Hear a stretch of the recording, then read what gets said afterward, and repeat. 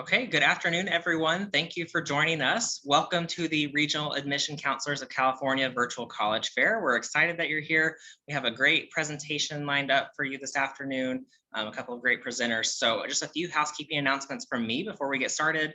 First, don't worry, we can't see you or hear you. Your cameras and microphones are turned off. The best way to engage with our presenters this afternoon is to use the Q&A button on your Zoom toolbar. As you have questions throughout, feel free to drop those questions and messages in that Q&A button, and our presenters will be monitoring those throughout the session, and we'll get you responses as quick as they can. Don't forget, this is just one of many sessions being offered this evening and this spring, so check the StriveScan website where you signed up for any additional sessions you might be interested in, as well as all the session recordings will be posted to that same website, StriveScan/RACC, within about a week or so. So with that, I'm going to turn it over to our presenters to kick things off. Awesome. Thank you so much, Tyler. Hi, everyone. My name is Mackenzie Rash, and I am with Oklahoma State University, located in Stillwater, Oklahoma. I am a part of RACC because I am a regional. I do not live in the state of California, but I live in Dallas, Texas. But I work with all students from the state of California that are interested in Oklahoma State University. So excited to be with you guys tonight and talking about just all of your options as you guys are considering going out of state. And I'll pass it over to Jesus. Thanks, Mackenzie. My name is Jesus Ramirez, Regional Associate Director for the Office of Admissions at the University of Vermont, which is located in beautiful Burlington, Vermont. I work remotely. I'm actually based in Southern California, so I think we're in the same time zone as most of our audience. So greetings from San Diego, and I manage the entire West Coast, and we're here to assist students through the whole admission process. And from the time you inquire about the University of Vermont until you actually enrolled at the university. So you were able to get to know a little bit about us, but we also want to get to know where you're listening from. So throughout this webinar, we'll be able to answer most of your questions through the Q&A feature, which is available. So on that feature, if you can just post your location that you're listening from, that way we know which parts of California or the West Coast are represented today. Sacramento, Burbank, LA, Southern California, wow. San Francisco, Marin County, very cool. Bay Area, Anaheim, wow. San Diego, Hawaii, that's exciting. SoCal, oh my gosh, seeing all these places makes me really excited about the possibility of traveling in the near future when it's safe to do so. For today's presentation, we have a presentation about considering some out-of-state options for college. And before I get started, I want to mention that I'm actually from California. I grew up in California. I attended a California State University. It was a really great option for me. I was able to graduate in 4 years, and it was really an amazing opportunity. We have some really great options here in California. But I also think now that I work for an out-of-state school, that will be wise for students to consider some options for out-of-state. And to explore different options that are available outside of California, we're part of RACC, which is the Regional Admissions Counselors of California. It's an organization comprised of over 173 admissions professionals from over 100 different institutions, represented from all over the US and even internationally. Most of us are out here in the West Coast. We're in the same time zone. We understand the California demographics. And so you're able to connect with us either virtually and hopefully in the near future in person. One of the reasons to explore your options outside of California is that you have more opportunities. As you can see in this slide, here in California, we have about 280 different options available. However, if you expand your search throughout the US, you'll have over 4,000 more options. And then if you go internationally, there's over 17,000. So the more options that you have, the better. And all these different options will provide you with different universities that will have either their unique population, a unique different program, So in trying to find the right fit, you're able to explore more options. Some of the advantages of looking outside of the state of California is that majors are not impacted. The impaction is only something unique to the state of California. And it typically occurs when there's a lot more students wanting to study that specific program. So when you look at outside of schools of California, you're able to go into direct entry programs. So for example, engineering, nursing, business, a lot of these programs, perhaps here in California, you have to go into pre-nursing, pre-engineering before you actually get into the actual program. But most out-of-state schools will have direct entry programs. There's also more opportunities to graduate in 4 years because you're able to start working in that program right away. And so a 4-year education should take you 4 years. And lastly, there's higher acceptance rates. Here in California, every year students get a little bit more competitive to get into a 4-year institution, but in throughout the other states, it's not as competitive as here in California. And speaking about acceptance rate, here is a screen with some information of some of really well-recognized institutions here in California. So as you can see at Stanford, out of 100 students, about 5 of them were admitted into their university. At UC Berkeley, out of 100, it's almost 17 students. And in looking at all these acceptance rates, you might be under the impression that most universities have these selective admissions rates, where in reality, when you look at the national average for acceptance rate, that's 66%. So out of 100, nationwide, about 66% of the students were admitted, which is actually a pretty generous rate. When I was a high school student, I was under the impression that going out of state was more expensive. And so I sort of focused my college search process in schools in California. I attended Sonoma State. It was a great fit. But looking now, when I was a high school student, I wish I would have known more about out-of-state options. To help students pay for the cost of attending an out-of-state school, there is the Western Undergraduate Exchange Program. This is a tuition discount agreement administered by 16 different Western states in the US. Not all universities in the Western region are part of WUI, so double check with the admissions counselor that you're looking at from the school that you're looking at to see if they're a WUI school or not. Some universities might offer specific scholarships for students from California. California students bring a sense of diversity and a different perspective to four-year universities. So some institutions might have specific scholarships for California students. Also, merit scholarships. There might be some schools that offer merit scholarships. At UVM, for example, we offer merit scholarships to all our students that apply from out of state. These merit scholarships range from $8,000 to $20,000 and are based on academics. So the stronger the GPA, the stronger scholarship students will be eligible for. There's also need-based scholarships and grants, which typically require students to complete the FAFSA. And then the last thing to consider is that when you leave the state of California, for the most part, unless you're going to New York City, the cost of living outside of the state of California is going to be lower than here in California. And speaking about costs, here is a table that illustrates the different costs with the different systems of higher education.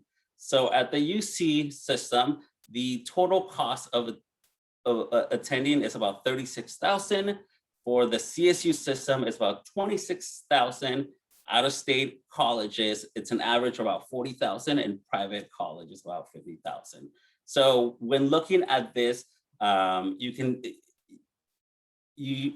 students might feel intimidated with a sticker price, but there's a lot of different resources available to students.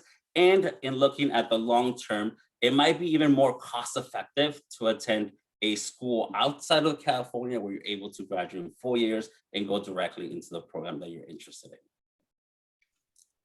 To speak to you more about the additional benefits of exploring your options outside of California, I'm going to bring back Mackenzie so she can share some insight with you. Yeah, awesome. Thanks, Jesus. Obviously, Jesus shared a lot of great fiscal opportunities outside of the state of California, but there really are additional benefits too, besides money and direct entry and things like that.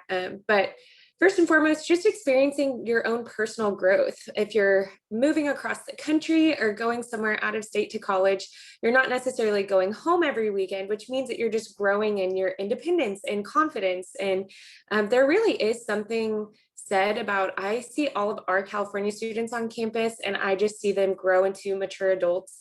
I feel like even much faster than our Oklahoma students because they just have to take care of themselves and are more independent and really do experience that growing up phase much quicker. So that is something that you guys can experience too, going out of state and just seeing that you can grow in your confidence and independence as you grow into an adult.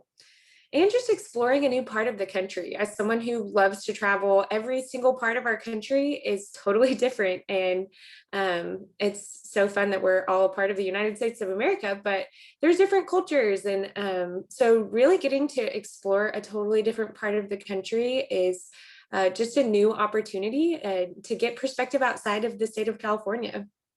And then obviously making new friends. The best thing about being a freshman in college is that everyone else is wanting to make new friends also. So even if you're going to a university where you don't know anyone else there, that is totally fine because you are going to meet new people and make new friends.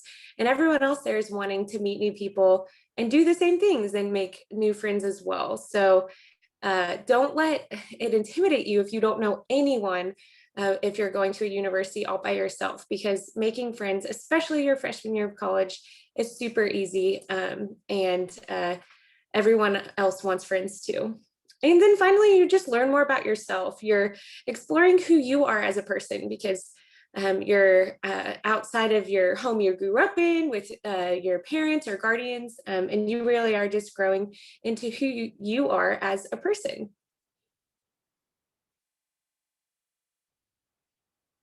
Oh yeah, Jesus is my slide man. Awesome, thanks, Jesus. So we've talked about kind of out-of-state colleges, but also how do you build your college list? So here's some things to think about for you guys as we are building our college list and you guys are thinking about where you're wanting to go to school. The first thing to consider is public or private. So there are pros and cons to both. It just all depends on where you want to attend college. So your public institutions, those are going to be maybe more inexpensive depending on scholarships. There a lot of state funded scholarships are available there.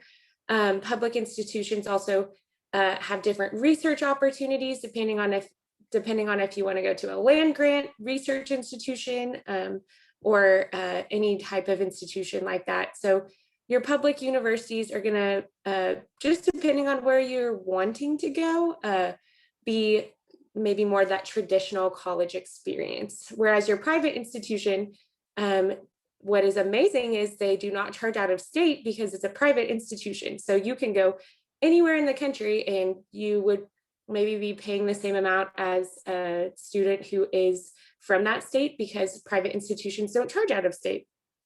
Something awesome about private institutions too is that they have great scholarship opportunities. So I would never let the sticker price of a private institution scare you because they typically have really great merit-based scholarships as well as need-based scholarships too. And so it just all depends on what you're interested in and where you're wanting to go. Public universities tend to be larger and private tend to be smaller, but of course there's the caveats to each of those and differences to each of those. So be thinking of, do I want to attend a private or a public institution? And then are you an eligible versus competitive applicant? So what this means is that if you're an eligible applicant, then you're kind of not necessarily doing the bare minimum to be accepted into a college, but you're basically getting through. So you're meeting all of the minimum requirements that a college requires of you. Whereas a competitive applicant, maybe you're taking AP classes, 4 or 5 AP classes your senior year. You're involved in extracurricular activities. You have great volunteer work. So maybe even if you're a junior now thinking about applying for college for your senior year, try to really lean towards being a competitive applicant and less an eligible applicant, and make your application more competitive and really go above and beyond. And then finally, what is a good college fit for you? So typically a college fit is made up of your academic fit as well as your financial fit. And the combination of those makes your college fit. So academically, just seeing where you want to go based on your major. There are some colleges that offer things and other colleges don't. For example, whenever anyone comes up to me and says, I want to do nursing, Oklahoma State does not have a nursing program. So I stop them right there, point them in the right direction to somewhere else, but don't let them explore us any further unless they're not wanting to do nursing. So really finding that college fit of the major, academically what you're interested in, but also that financial fit of what works for me, what works for my family, what can I pay for? And that is a really big part of college fit. And so we're building our list now and kind of thinking how many colleges should be on the list? What should I be doing? And so to kind of give you guys a number to look for, or a number of colleges to apply for, what I typically say is 9 or 10 schools. That might sound like a lot to you. That might sound like half of what you were planning on applying to, but 9 or 10 schools is a great place to start. And kind of what I like to do is break it up into 3 different categories. And so around 3 schools in each category. The first category is that likely, safety, probable category. These are going to be your ones that maybe they just have a assured admission, where if you meet certain standards, then you're admitted there, where if everything else kind of falls through, this is your school, like I'll probably end up going here. You want to apply to at least 3 of these because you just never know where you're going to end up at. And so that likely, safe, probable school, I would apply to at least 2 or 3 of those. And our next category is target, possible. So just kind of saying, okay, applying to schools where I meet the minimum requirements, but barely, but I'm going to go ahead and apply to these because you just never know. And especially with the way test optional is and how test scores are kind of going out the window for admissions for a lot of colleges across the country, they're going to be looking at so many other things besides just your GPA, but also looking at essays, if there's an interview, things like that. And so really still apply for those target possible schools that you could possibly get into. Don't let the minimum requirements deter you. And then finally, and I would put 3 schools in that category as well.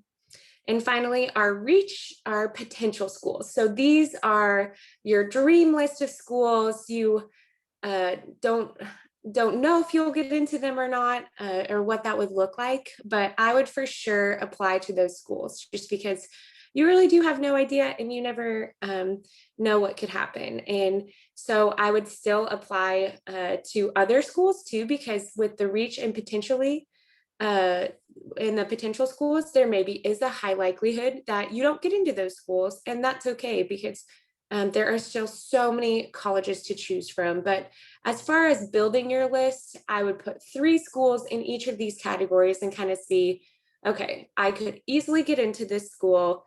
This school, I do meet the minimum requirements, still maybe not sure. And this school, I mean, I am dreaming, but I'm going for it. I would have some in every single category. And then kind of the top 5 reasons that a student chooses a college. You know, we work with college students, or we work with seniors and see them to college. So these are honestly based off of surveys that we've taken as RACC, and it's really cool to see just why students choose where they go. And one of the main reasons is location of where you want to be at. You know, We have students that go all the way across the country, like Vermont, where Jesus is, or we have students that, want to go to the Midwest, where OSU is.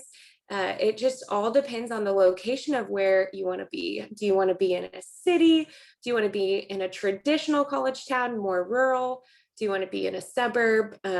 Just kind of not only looking at the college, but looking at the location of where it's at and what could you be doing outside of college, and on the weekends, what is there to do there? Really looking at those things. Next is the size of the student body. Do you want to be 1 in a million at this school? Do you want to be one of 60,000 at a very large university that has a lot of school pride? Or do you want to be one of 5,000 where all of your professors know you by name, or everyone walking across campus? So those are just some things to think about of what type of student body do I want to be a part of? Because when you attend this school, you become a part of that student body. And it's really exciting. So wherever you go, just be kind of thinking about, do I want large, small, or something in the middle too? There's a lot of great schools that offer all of those things.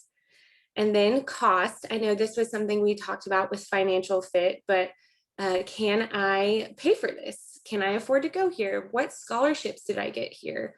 I know it's not, just remember that this is one thing on the list of 5 reasons a student chooses a college, but it is still a very important reason of, can I pay for this? Do I have good loans or grants here or scholarships here? So another thing to just really consider. This next reason kind of made me laugh, but you have to be accepted to the school. So just making sure that you're putting your best foot forward in all of those applications when you make that list, that you're turning in everything on time, you're turning in all the essays for all the scholarships at each of these schools, and that you're getting accepted to the school. And then finally, last reason is that it just felt right. My biggest advice to students is that whenever they are choosing a university, that they go visit there and go tour there and just get the feel of campus. It sounds weird, but once you actually feel where you're supposed to be at and go visit a campus and realize this is home for me for the next 4 years, it will just feel right. And as you compare other campuses to and visit them, you will see that there will be one that will stick out to you more than others. And so I know that our world has been kind of shut down because of COVID, and things are maybe opening back up, but really look into going on tours or seeing what the in-person tours are like, because that is just such an important part of your college experience, because you are going to be going to this university for the next 4 years and calling it home. So don't hesitate to go visit and see where feels right. Yeah, and so some final thoughts that we have as we're kind of wrapping up, and we'll take your guys' questions too, so don't forget to put those in the Q&A down there. But take full advantage of an opportunity to connect with admissions counselors. I know Jesus and I, we're a part of RACC, the Regional Admissions Counselors of California, and most of them are local to you guys in the state of California. I'm the rare one that's in Dallas. But really take advantage of admissions counselors, because they're going to be able to help you not only with the application process, but just see what a college feel is like, because that's what it's all about.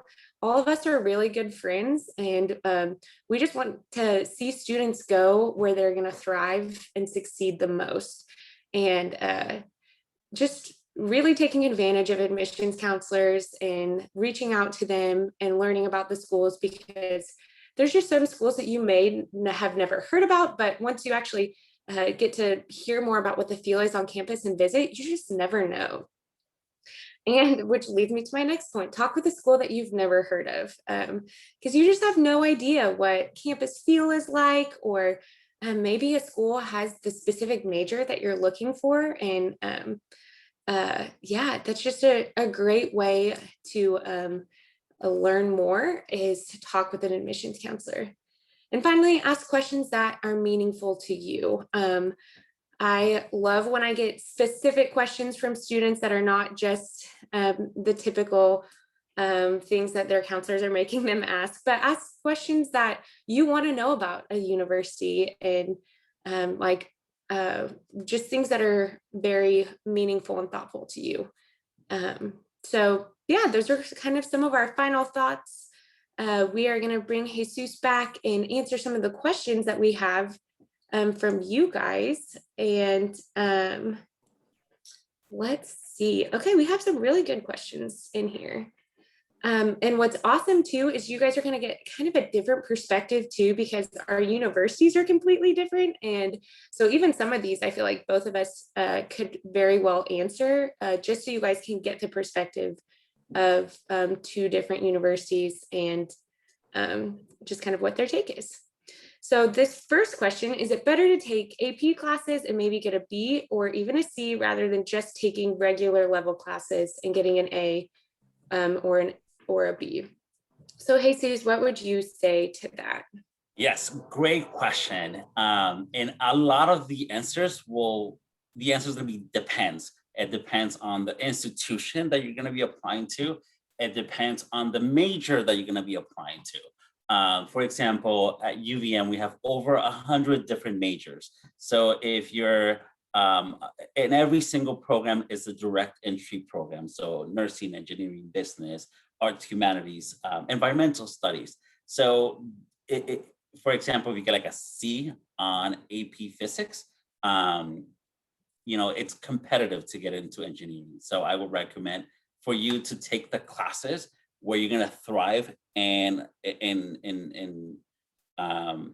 get a better grade.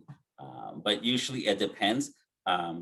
Having a strong GPA, not only would it make it easier for the admissions committee to provide you with a positive decision, but it's also going to provide you with more scholarship funding. Yes, and I would completely agree with what Jesus says. It all depends on the university that you're interested in and where you're thinking about going, but typically a stronger GPA is something that a lot of admissions committees look at, and a lot of admissions committees look at an unweighted GPA too. And so just keeping that in mind of just doing your best in whatever class that would be. And yeah, but obviously asking the admissions counselor of the college or university that you're interested in, because if there's anything different, then they will know for sure. Another great question, how important are AP courses and the SAT to out-of-state school? So I can start with this one, then Jesus, you can follow up. Yeah, once again, I mean, you guys are going to see a theme that it is all depends on the university that you're interested in. But a great thing with AP scores and AP courses is that you are completing those classes and you will have those done. So depending on what score you get, that credit transfers over to a university. So that's really exciting, because then you aren't having to take those classes at a university because you've already taken them. So as far as importance goes, really depends on the university and just seeing what they're interested in.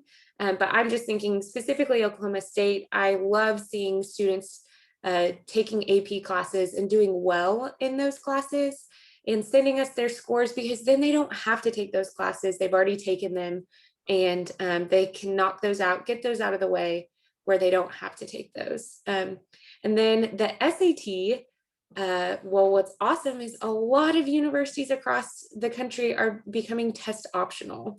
So we use the SAT for different scholarship purposes, but we also have GPA only scholarships that don't require you to take the SAT. So I would say most universities are going to be test optional for fall and even the next couple years. I know Oklahoma State personally, the next 5 years, we're going to be test optional. But it just all depends. And I would definitely check on from school to school where you're applying, what they require. What about you, Jesus? Yeah, similar answer. If you're able to take your AP scores, if you typically you score like a 4 or 5, sometimes a 3, then you'll get university credit for that course once you start as a university student. So if you're able to, take them, same. A lot of schools are test optional, And I think that's going to be the trend moving forward. At UVM, we're test optional for fall 2022 and fall 2023. So we'll be test optional for a while. And usually most schools will also use the holistic approach. So if you're not able to take your SATs or submit AP scores, schools will look at your application, your overall academics, your letters of recommendation, and your overall application. Awesome. Yeah, so another question we have is if someone's planning on transferring, so attending maybe a local college at the first 2 years and then transferring to an out-of-state college, what do the scholarships look like, as well as the classes transferring over? So my biggest advice, I would say, really narrow it down to where you're thinking about going out of state and check with them to see what classes you're going to be needing, because I know specifically for us, we have a really awesome college credit transfer guide. We love transfer students. And so I typically have them pick their major of what they're planning on doing in the future and kind of work backwards from that. So if you are planning on going somewhere locally for the first 2 years, go ahead and consider your out-of-state options, look other places and see what majors you're going to be thinking about or interested in, and kind of work backwards from there, because that will be the best way for your classes to possibly transfer over, is to really checking with that university ahead of time before you're taking all of these classes that might not transfer. But usually universities are typically pretty good about those gen eds transferring and getting into your major specific classes once you get to that 4-year university. And then scholarships wise, I know we have transfer scholarships. I'm sure the University of Vermont has transfer scholarships as well.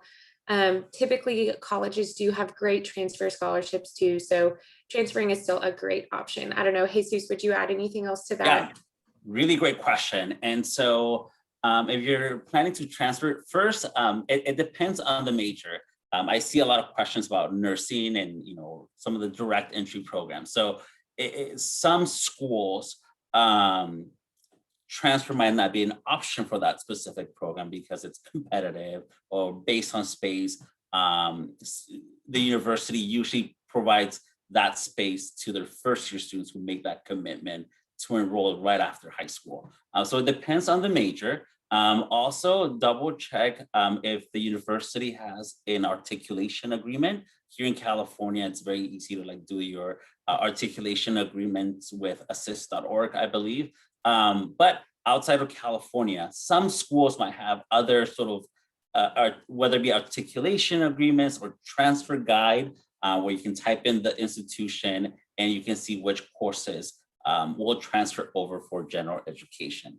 For the most part, if a university offers a merit scholarship for a first-time freshman, they should be able to offer a transfer scholarship as well. Sometimes the amount of that award might be less than the first-time freshman, because typically the university invests more in a student that is also investing in them for 4 years as opposed to 2 years. But nevertheless, there are resources for transfer students, and it could be a really good route for different students. Yeah, so this next question, Jesus, I'll throw this to you first. Scholarships are offered all 4 years, or do students have to qualify for it every year? That's a great question. Yes, really great question. It depends. For the most part, scholarships are going to be renewable for all 4 academic years. Different institutions will have sort of different expectations for the student for them to renew that scholarship. For example, at UVM with our merit scholarship, anywhere from $8,000 to $20,000, that's renewable for all 4 academic years, as long as the student maintains a 3.0 GPA or 2.7, depending on the type of scholarship. So usually, as long as the student does their part where they attend classes, are continuing to be a successful student, they're able to renew it for all 4 years.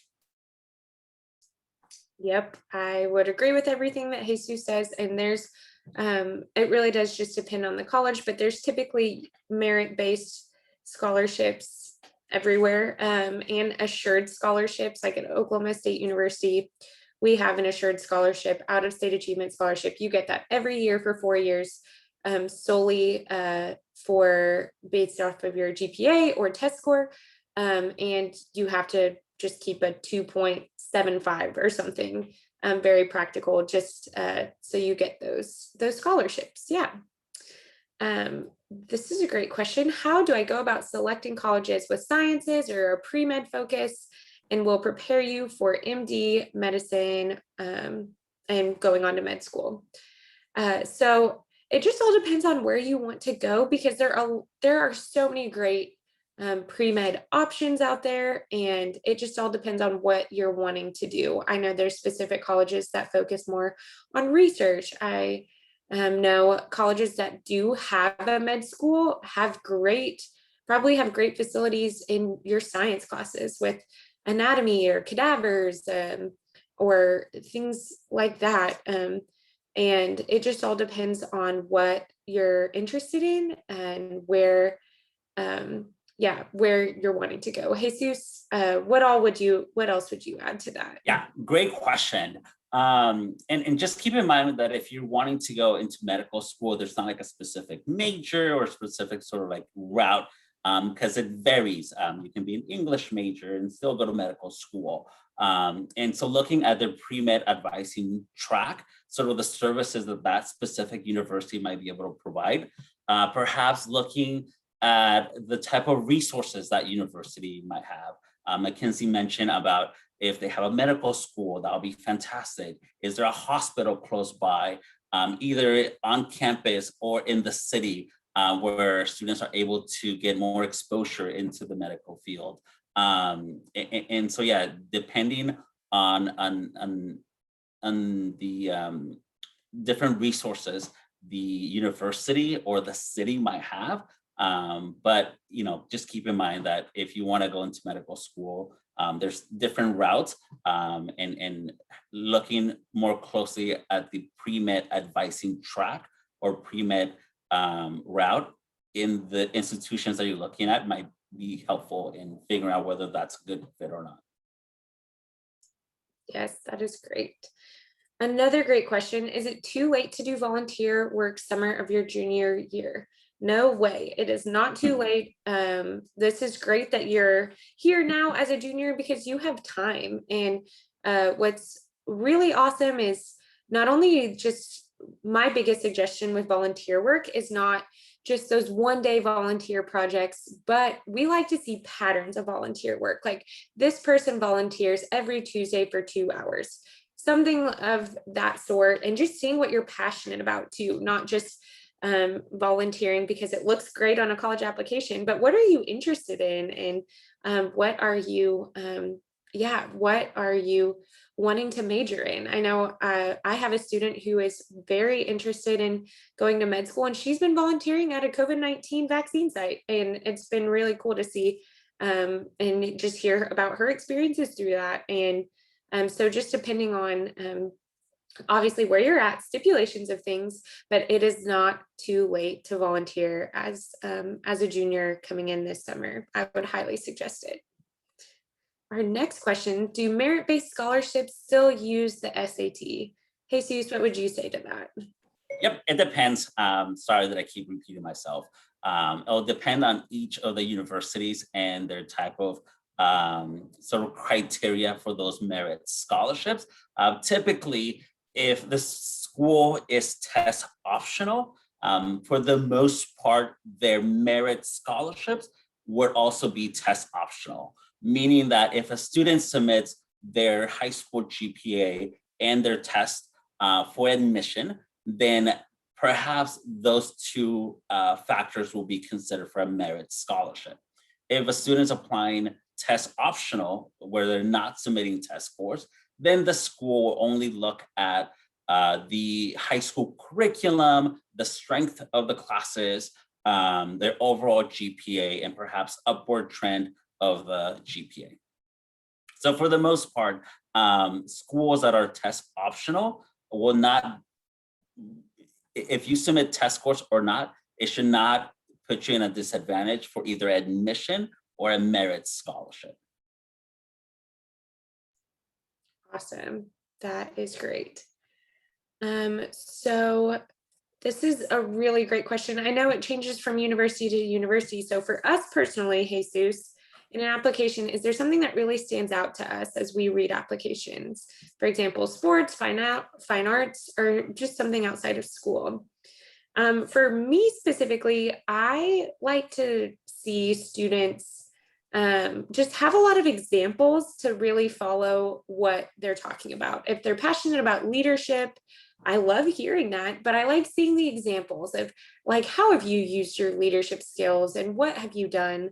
And just really specific examples. And I like seeing students go deeper into things as opposed to just telling me every single thing that they're involved in. And I know essays are different than your volunteer work or your different activities and things, but I think I just like to get more personal with students and hear more of specifics, because I feel like students tend to generalize a little more. So that's what I would say personally. What about you, Jesus? Yeah, I think one of the favorite things that I enjoy about my job is getting to know the students and kind of like helping them figure out whether the university that I represent is a good fit for them or not.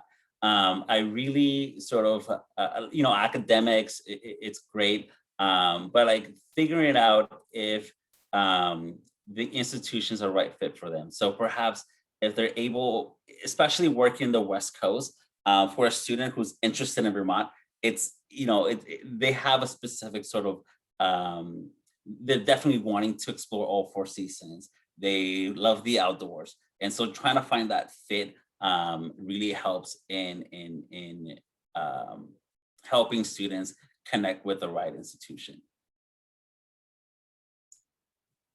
Awesome. Yes. And no, we have so many questions too. We only have a couple more minutes, so we're going to try and answer as many as we can for you guys. But this is something good to clarify, that when we say test optional, we mean that you do not have to take an SAT test or an AP test. Nothing. Test optional means we do not require a test coming in for being admitted to a college and applying for things. When is the best time to fill out the FAFSA? It opens October 1st, and I would say fill it out as soon as you can, close to that date, because financial aid packages come out later in the year too. So you just never know what a college is going to offer you, and just the earlier the better with FAFSA. Wow, there's just so many great questions. If you want to reach out to a college early, should I contact the admissions counselor or contact the head of the department you would like to major in? I would contact the admissions counselor, because then they will be able to set you up with all of the right people and be able to point you in the right direction. Jesus, I'm going to throw this question to you. What are the best steps to take as a current junior? I think we have mostly all juniors on the call today, which is awesome. So what would you say? Great question. Yeah. I think that now that we live in the virtual world, and hopefully in the near future, we're able to travel again. But I know that visiting universities is a big part of deciding whether that's a right fit or not. If you're not able to travel, or perhaps the university is not offering tours yet, since we live in a virtual world, you do have the ability to explore more options.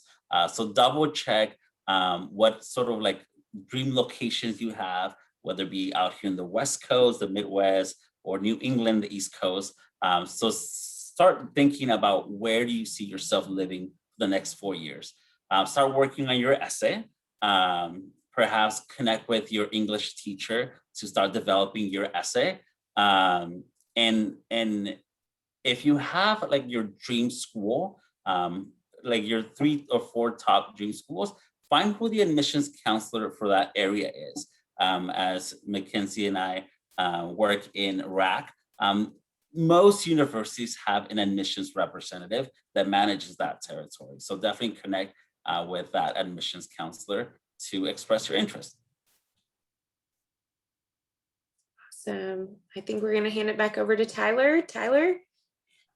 Awesome. Well, thank you, Mackenzie and Jesus for sharing, sharing all of this information with our students tonight. As Mackenzie was saying, we have so many questions come in, and we know there's lots of questions you all still have. So we highly encourage you to check out the sessions after this with all of the different colleges that are presenting.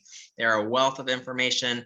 They'll have a lot more information about their specific institutions, but I know there were questions about international schools and other pieces that they can talk to generally as well. So if you're not sure where to start, each of those sessions has a great mix of colleges in terms of size and geographic area. So just pick one if you're not sure, and they'll be happy to answer any questions that you have, and we can help navigate you to find a session that works for you.